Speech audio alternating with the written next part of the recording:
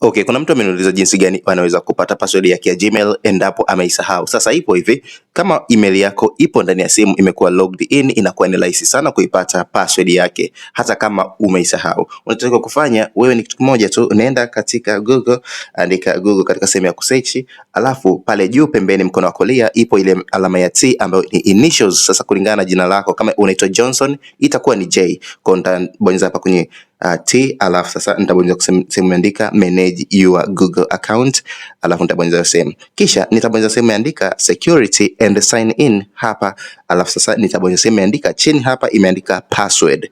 Kwa hiyo nitaibonyeza hii sehemu ya password, alafu sasa yenyewe itaniambia kwamba ni verify kama ni mimi mwenye simu kwa kuweka password ya simu au fingerprint au screen lock au pattern.